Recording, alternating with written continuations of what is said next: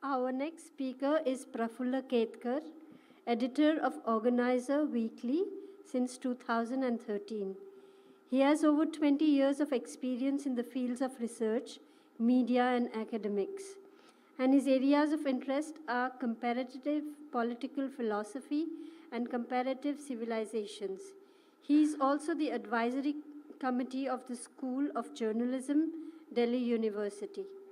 He has been writing on issues related to international politics and foreign policy, with special reference to China and Southeast Asia, trade and economy, and non-military security issues. He is a member of the JNU Court and National Book Promotion Council.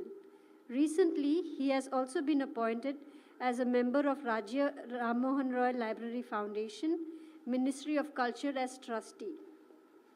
He has worked at the Institute of Peace and Conflict Studies, IPCS, New Delhi, and as a Ford Scholar.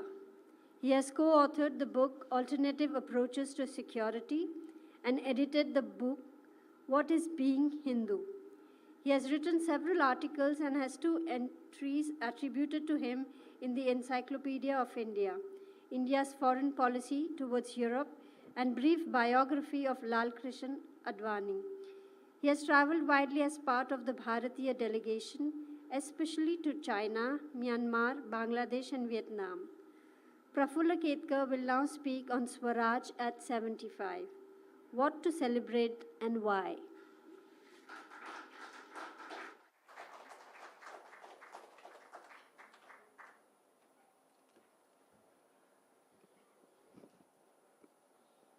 Thank you. It's really challenging at the end of the festival when everybody has spoken about, by and large, why and what is important in the last 75 years. Talking about what to celebrate and why. And there is a story behind it. In my introduction, one part perhaps was missed out.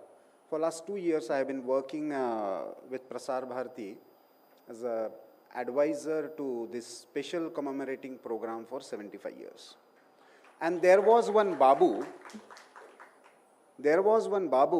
who had cleared one poster and a logo which I had to fight out till the top level to get that out, because it was saying India at 75. And that's why I have deliberately said Swaraj at 75. It was political independence that has completed 75 years.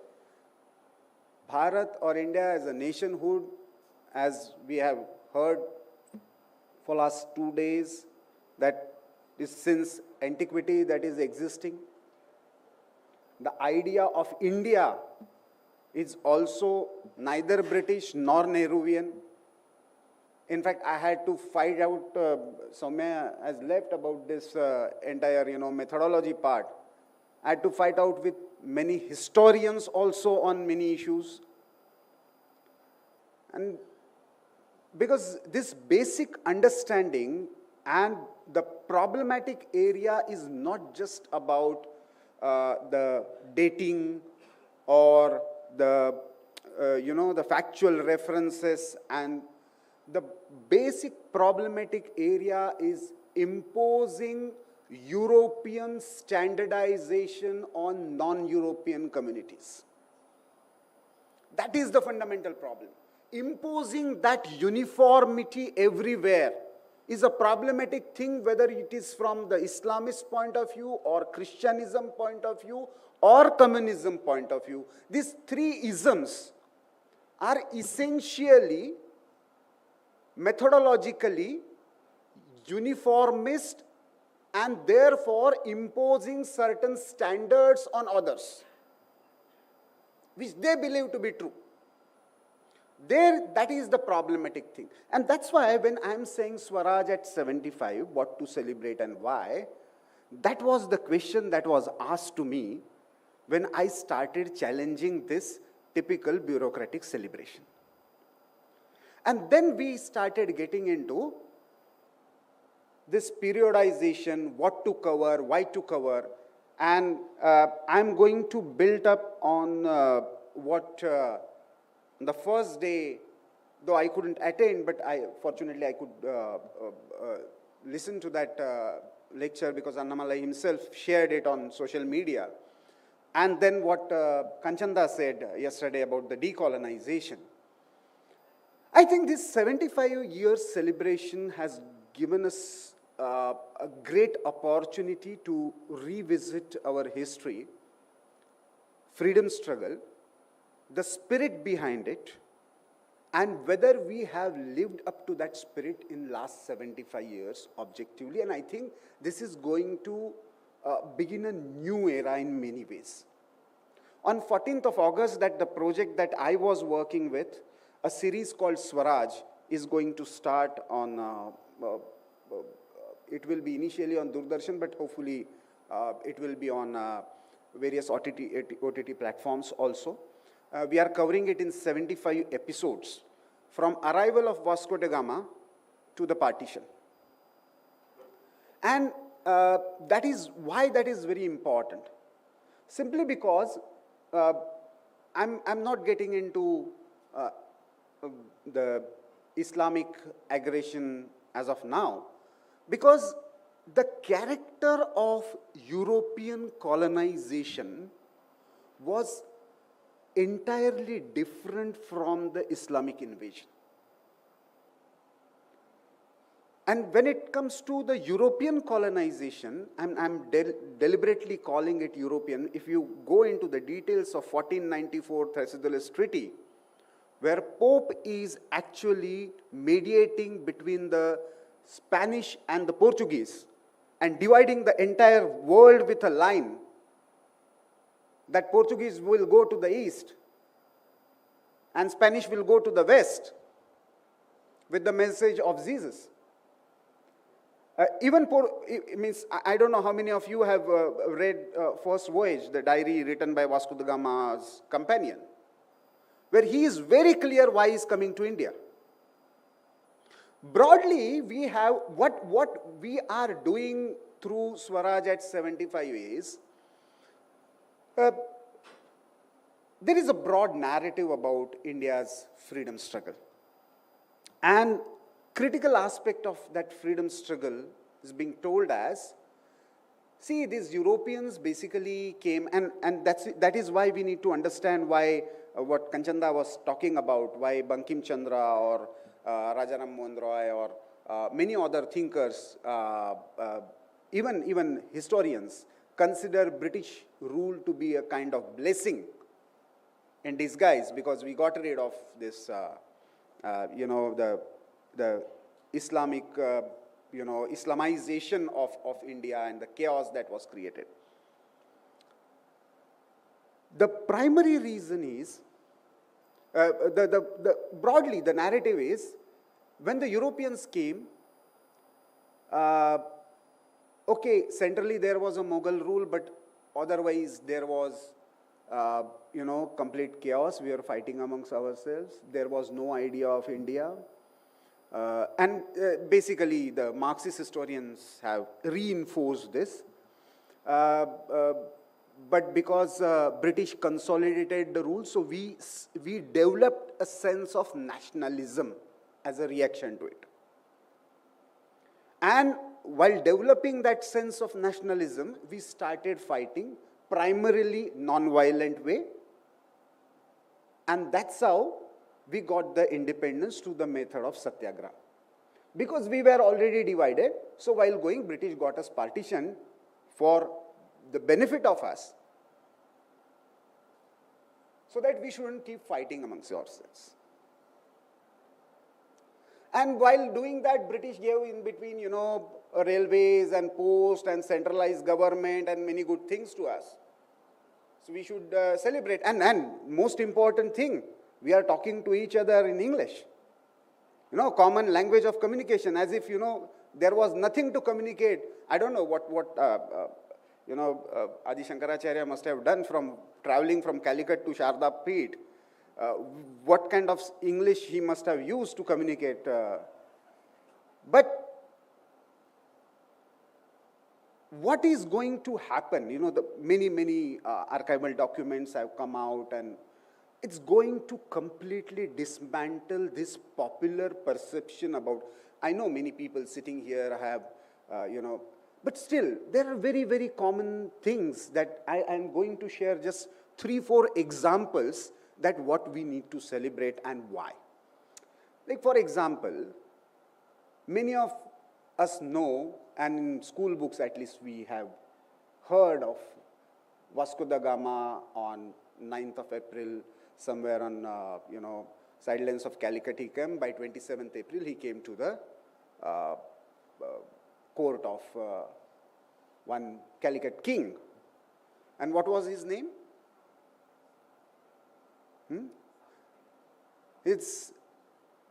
But popularly, it was told as Zamorin. Interestingly, Vasco da Gama writes his name, title as Zamorin, and name as King Priston. In his diary, it is written as, because he clearly states that I came in search of a Christian king who will help me in spreading the message of Jesus Christ. Now he is really disappointed because he came with a plea saying that Arab and Chinese traders should be thrown out of India and only Christian traders should be allowed. That was the plea. And the message that is given, what is told to us as Zamorin, in Malayalam at least people know that it was the title that was called Samudri, the protector of sea. The person who had the right to govern the laws of the sea. That's why the title that given by Arabs and Chinese was called Samudri. But the dynasty was Manikvarman. And they were the worshippers of Bhagwati. The sword that was given was called Bhagwati. I'm not saying this. Vasco da Gama is documented. Nobody has bothered to even read his diary. Because we believe that whatever freedom struggle took place, it was mainly after 1857 and especially after 1885 when Congress was formed. Now, Swaraj 75 has given this opportunity to relook at us, ourselves, with a different perspective. So, and if there is another interesting incident about Vasco da Gama, then I'll move forward. He says, I came with 6 gifts to King Priston sent by my king. And when I entered his court, I saw his plate of betel leaves also was made up of gold. After seeing that, I was ashamed to present the gifts sent by my king to the king of Calicut. That's why what Annamalai said, or what Mr. Amit Shah also said in Delhi on the same day in the morning, that this myth of that we were poor, we didn't know how to do trade, we were primarily living in villages, and besides agriculture we didn't do anything, that myth has to be bursting. So the second part of it is economy. The first part of entire European colonization was onslaught, as Islamists did, was onslaught on the idea of dharma. Not just religion, the idea of dharma. And that's why wherever they went, initial resistance was on religious lines. Annamalai spoke about Rani Queen Velunachiyar. You should read the inscription that is written, and it is again very interesting part is that inscription is called Jambudvipa Declaration. She is giving a call. Remember another myth. I'm going to burst 3-4 myths and then I'll come to the post-independent period.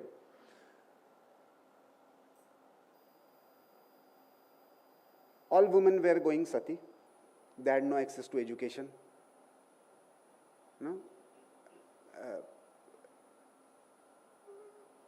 We have seen what Acharya Dharmpal has done. Incidentally, as we are celebrating Shri Aurobindo's 150th anniversary, Acharya Dharmpal's birth centenary is also going on.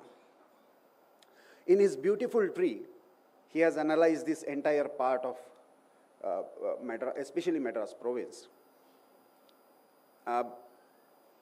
Enrollment and everything that we know. But the most important part is access to education, 97%. And especially the schools like philosophy, medicine, nursing, where girls' enrollment was more than boys in 1798. Again, these are British documents, not RSS documents.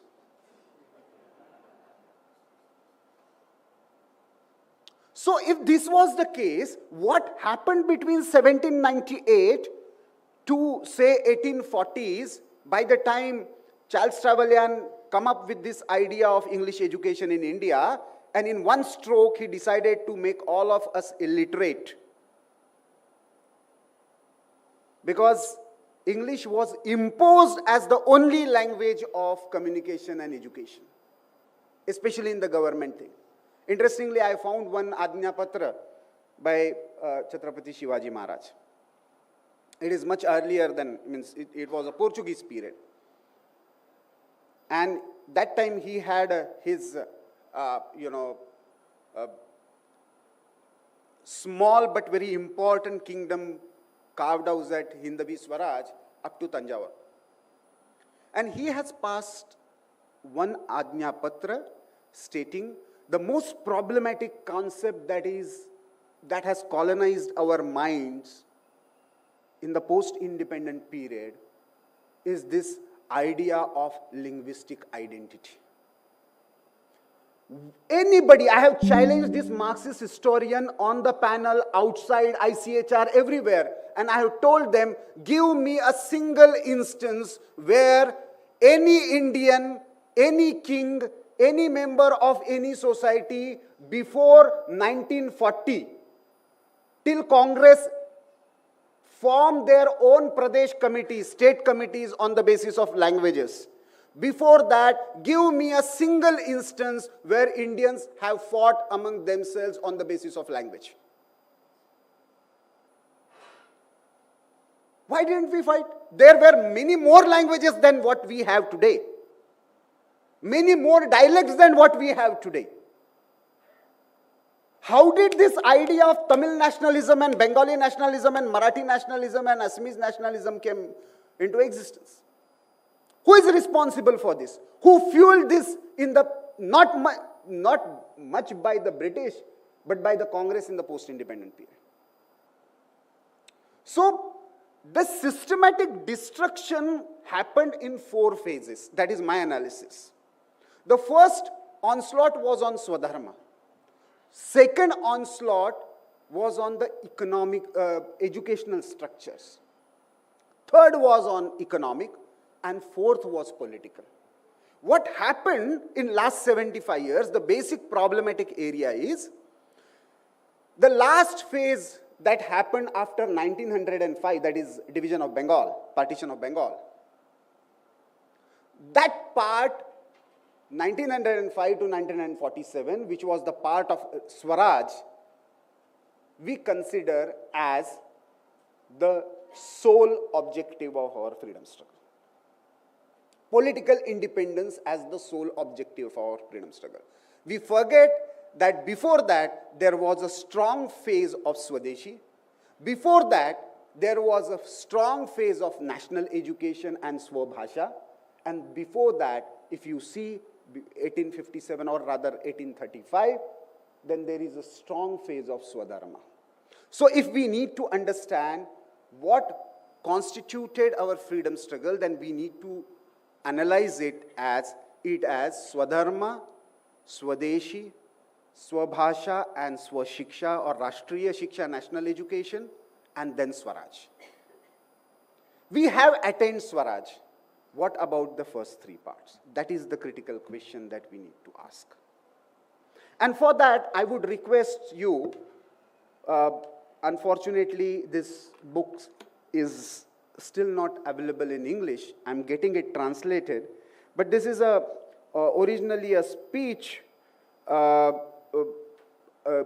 given by Acharya Dharmpal called Bharat Ka Swadharma.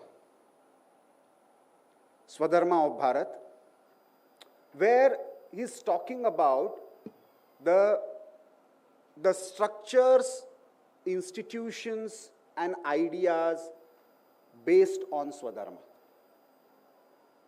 What has happened in last 75 years and what we are struggling about? You know, we have spoken about temples. We have spoken about, say, economy. We have spoken about education. We have spoken about historiography. And still, we are playing around the parameters imposed by others. Simply because we don't know what we were before this colonization started. So we have created a mirror image about ourselves, taught to us by the colonizers that, oh, we must be like this. There must be so much of exploitation. There must be caste-based differences. There must be gender disparities. Yes, there were differences. I'm not talking about, you know, everything was ideal. Otherwise, we wouldn't have been colonized. But the problem was not about what British saw us. British saw us from the European prism. In Europe, that time, language was the major basis for nationalism. In fact, language and religion were the only basis of nationalism. The idea of Rashtra that existed in India from time immemorial, that was originally, and that is perhaps the reason why we have systematically, or our historians and especially the communist historians have, you know, forced us to systematically forget the pre-British history. You know, when the Europeans were fighting among themselves and we were resisting all of them. Like, for example, how many of us actually know about the role Raja Martanda Varma played, or Battle of Kolacham? Or, for that matter, way back in 1555, 60, from Ulal Rani Abakka. Can you imagine a queen just decide not just to leave but arrest her own husband because he is aligning with Portuguese? And we still buy those stories that the situation of women was very pathetic. Yes, it was bad, only where the Islamic rule was prevailing. The Bengal side and the Rajasthan side.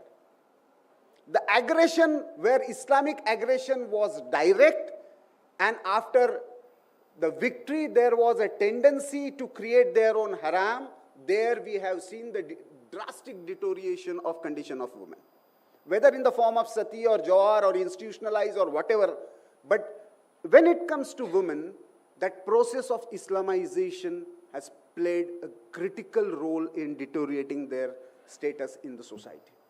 But otherwise, here on the south and the west we are seeing, and I deliberately give these 4 examples Velu Nachiyar, Rani Abbakka, Ahilyabai Holkar, and Rani Lakshmi Bai. From 4 different centuries, from 4 different regions, from 4 different castes, one decides to leave her own husband, 3 of them are widows, and still they lead the army, and nobody questions why a widow woman is leading our army. Have you ever thought about this entire period of history or these characters in such a way? I think this Swaraj at 75, we are revisiting all these characters. That itself is an important thing. But more than that, there is another reason. If you go through the history carefully, of course, Islamic invaders have had their own impact, and they almost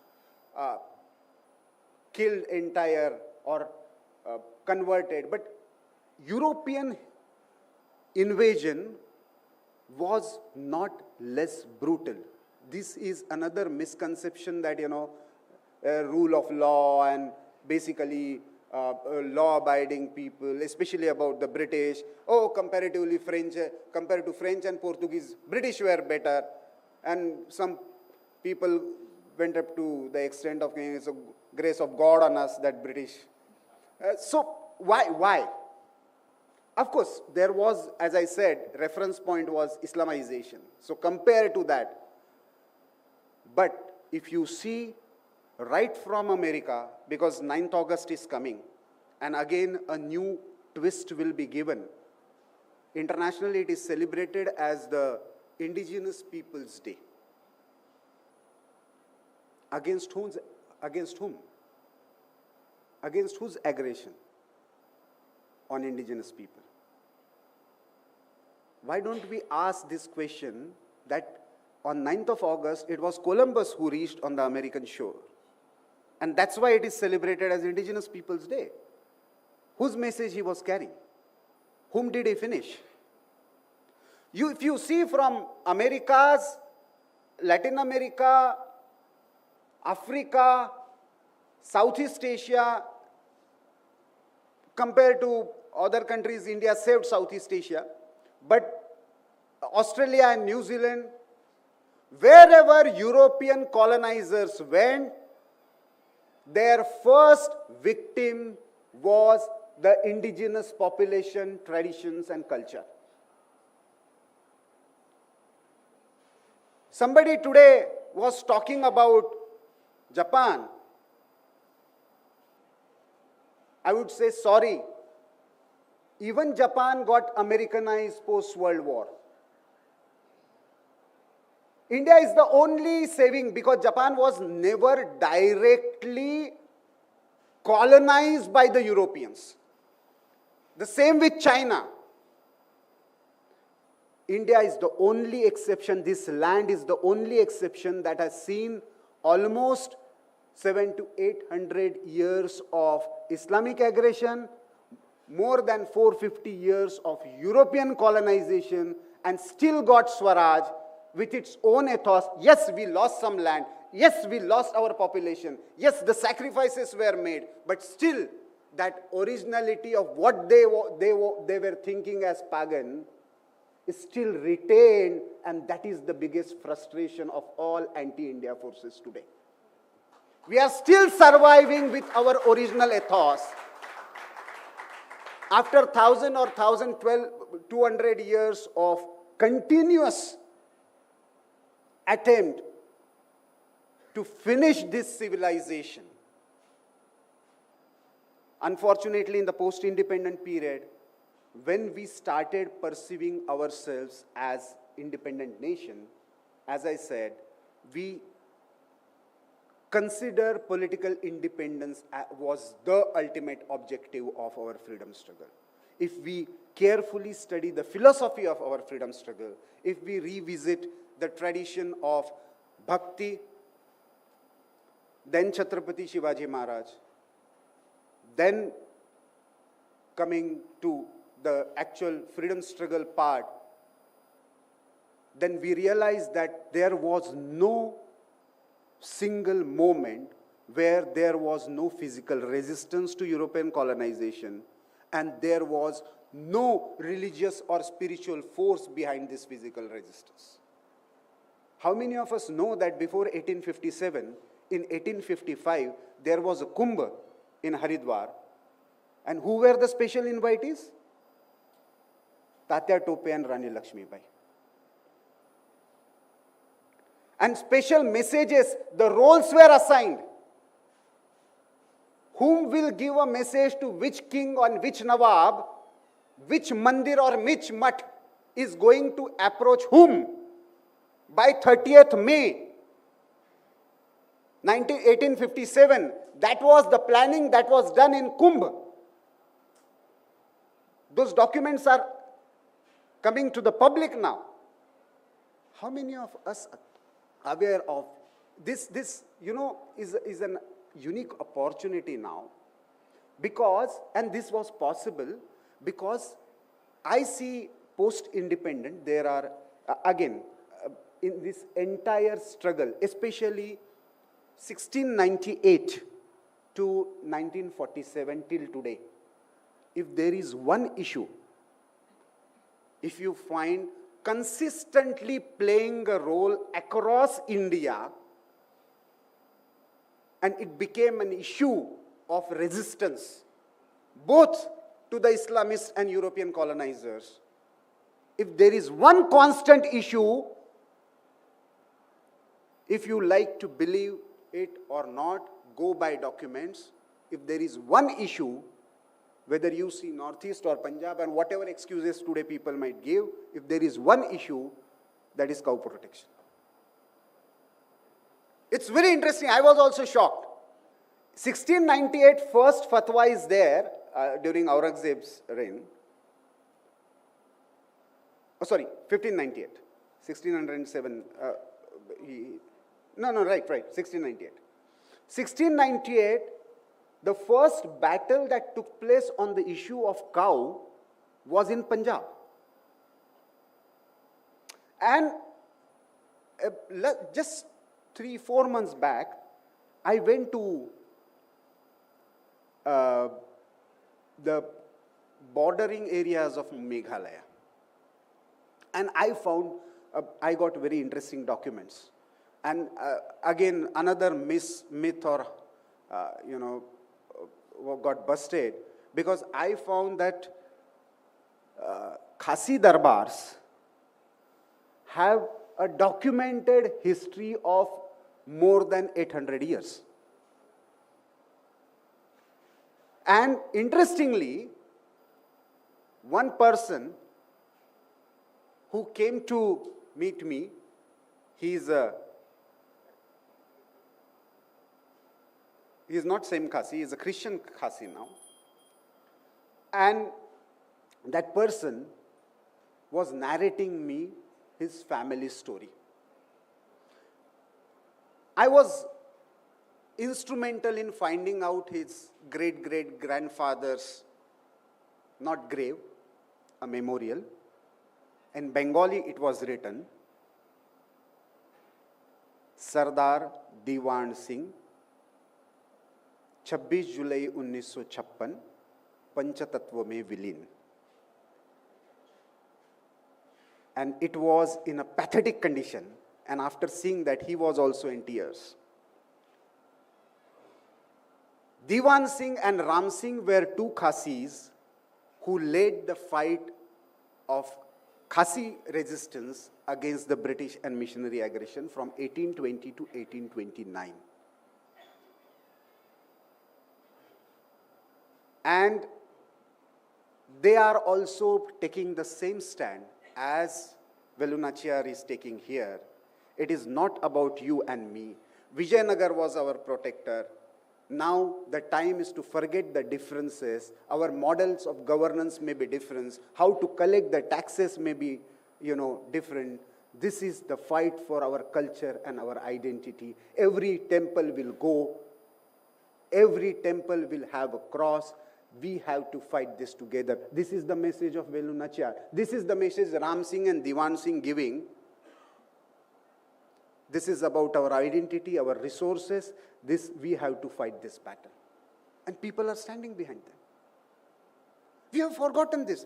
I found 937 freedom fighters in Nagaland who joined Indian National Army with Subhash Chandra Bose. Documented. What happened between 1944 to 1947, 15th August, that the region and the community which decided to even skip a meal to support Azad in the Fauj, suddenly started saying that we are an independent nation and we are still grappling and fighting with the Naga issue. But fortunately, the things have changed over the period of time. If you see whether 1960s, initially Praja Parishad Andolan of Jammu Kashmir, then 1960s, the Goraksha Andolan of 1960s, entire movement that was built up against emergency, then the Rama Janmabhoomi movement. If you see these phases, then you would realize that there was a consistent attempt, a slow process to revive that spirit of Swadharma, Swadeshi, Swashiksha. Somewhere we are seeing those fruits now. Somewhere people are getting awakened. 370 and what is happening in Ayodhya are just symptoms of it. Many people think that it is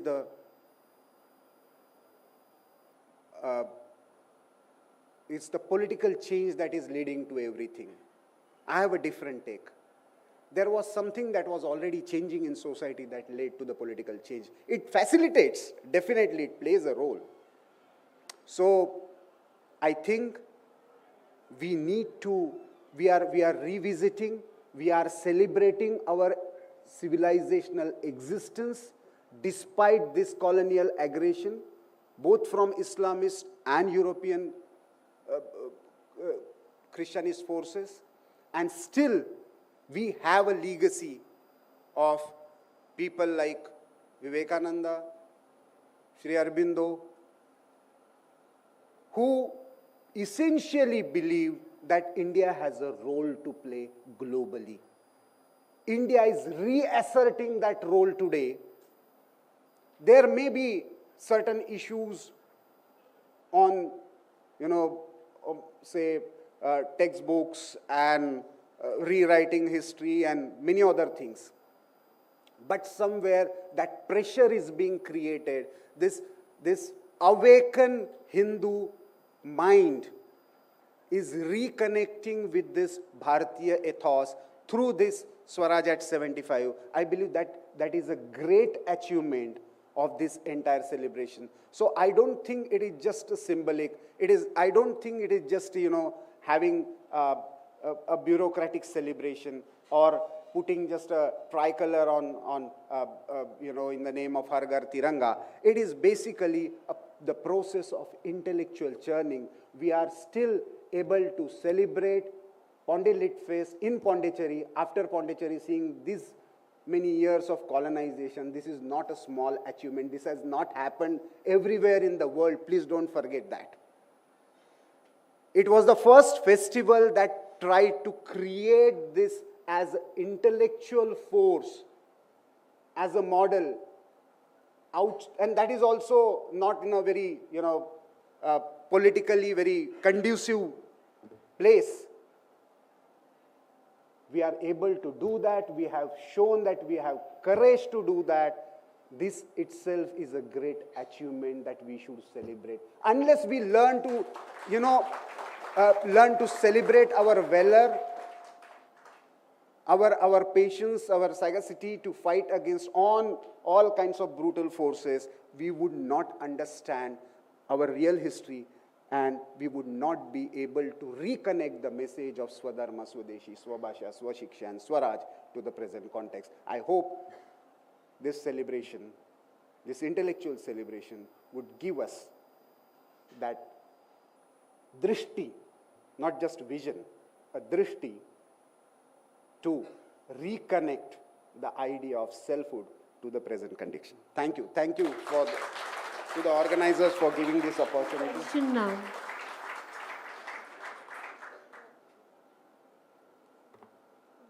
Oh, sorry, there's no time.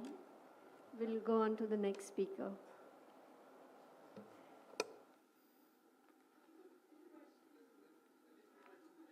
Okay. We can take a couple of questions quickly.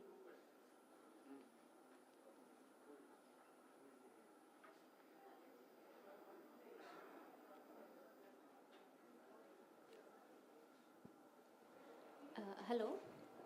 The fake narratives from Savarkar, a British stooge, to Bharatiyar, a coward who took asylum in Pondicherry, and women are oppressed, those kind of fake narratives and so-called minorities are not safe. They are built in local level and also the global level too. As we, a common citizen, not linked to any political party or proper journalism, what can we do to dismantle this agenda by the driven lobby? The answer is very simple. See, for over the years, many times, these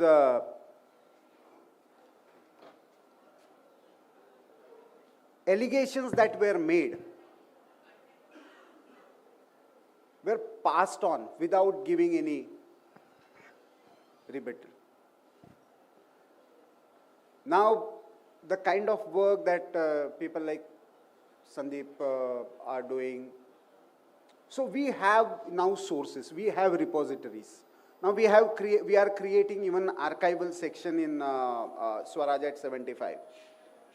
Many original documents. So you would see, interestingly, Motilal Nehru writing a letter to British, what kind of facilities Nehru should be given, Jawaharlal Nehru should be given in Ahmednagar jail. And it was a right for every prisoner. Savarkar is not doing this for himself. He is doing for all the people, all the Indians who are arrested, and he thought he is better outside than inside. So it was more a tactical or strategic move. He was a true follower of Shivaji. Before meeting Afzal Khan, he writes series of letters saying that, how afraid I am seeing, just listening about your, personality and valor. And in that, Afzal Khan is, completely under false impression, which Shivaji uses. So, the point here is, it is an intellectual battle and every one of us have to be now warrior. There is no need you to be a professional historian, or I am also not a professional historian, nor I am a trained journalist. But nobody asks me now, what is your qualification? So, it's basically, if you have that fire, wherever you are, whatever you are doing. Many people ask, I'm from the science faculty. I asked them, what can I do? I said, do you know how many scientists have fought against the British policies? How many of you know that Jagdish Chandra Basu refused to take even his salary because it is not equivalent, and when British said, okay, we will consider your case, he said, no, it is not my case, it is the case of India. If you are giving equal salary to all Indians, then only I will accept, otherwise I am not going to. I will keep working for my students, I will keep working in my lab, but I will not accept your salary. Have we ever recognized those scientists? So, wherever you are, whatever you are doing, go for the original sources and fight for something that is from Indian perspective. I am not saying it should be only good and goody about Indians. Yes, we had certain fault lines. We have certain fault lines. We need to work on them. But language definitely was not our fault line. It was a colonial creation manipulated by Congress and communists.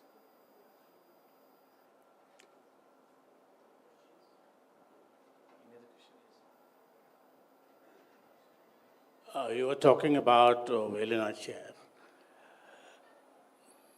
Before that, close to that time, there are 75 polyglot wars between the East India Company and the polyglots. Was that not, those battles, I think, were purely political? And was it backed by the urge to revive or preserve the culture? See, this is again a problematic thing when we say something is purely political. Of course, like for example, when, within 3 months of his landing in India, by September, he came in April, in September, Vasco da Gama had to flee. Many of us do not know this, but Manik Varman literally forced him to flee because he was trying to sell his commodities in Calicut market. He was unsuccessful. And his ships were standing there in the port and he refused to pay the taxes. So taking benefit of rains, he ran away. He comes back in 1502. Whom did he approach now? The king of Kochi. There everything starts. Because Samudri was getting the international status and all these, Vijayanagar's fall and rise of Samudri is happening almost simultaneously. Now all other kings who were subsidiary to Vijayanagar obviously started feeling inferior in front of it. So whoever is challenging Samudri, they were trying to take benefit of it. It was true with Bagadi king, who was husband of Queen Abakka. The same problem with him. He was saying our main fight is with Calicut, so we can take benefit of Portuguese. Now this idea was challenged. Why? And that for that we need to read Sardesai and both Sardesai and R.C. Majumdar, where the role of Shivaji and his vision is being discussed. His kingdom was very small. But the vision that he gave allowed Marathas, again, it is a misnomer, it was not never, they themselves never called, others call them Maratha, they always call them Hindavi Swaraj. And that Hindavi Swaraj became an inspiration for next 200 years. Shivaji was passed away in 1681. The last battle, and M.G. Ranade, Justice Ranade wrote this book, Rise of Maratha Power. It's a very interesting narration because it is completely nullifying the British narrative about, or rather even Islamist narrative, कि हमसे सत्ता छीनी है, 800 साल हमने राज किया था. So British took the reins from us. That myth is nullified by M.G. Ranade's book way back in 1890s. So I think this is it was not political, it was not religious, that was happening that time. Everybody was, destructing each other's places of worship. These are also myths. Yes, there were differences among kings, but when it came to the culture, Shivappa Nayak, there was another important figure in coastal Karnataka, took sannyas. When his brother died, his sister-in-law, who is a widow, goes and meet him and gives him a call. What are you going to do with your sannyas? If gods are not safe, if temples are not safe, Portuguese have reached here up to Goa. And you are concerned about your mukti and your salvation? A widow sister-in-law giving a call to elder brother-in-law to come out of sannyas and take the reins of the state to save gods. Is it just political? We need to revisit this with proper documents. Yes, there were differences, but as I said, they were more on the basis of collecting taxes and model of governance. But when it comes to the idea of from Himalayas to Indian Ocean, this is a sacred land. Kashi is Kashi, Rameshwaram is Rameshwaram. Indian Ocean is Indian Ocean, Himalaya is Himalaya. Ganga is Ganga, Ayodhya is Ayodhya. That sense was prevailing throughout India. Kings were fighting.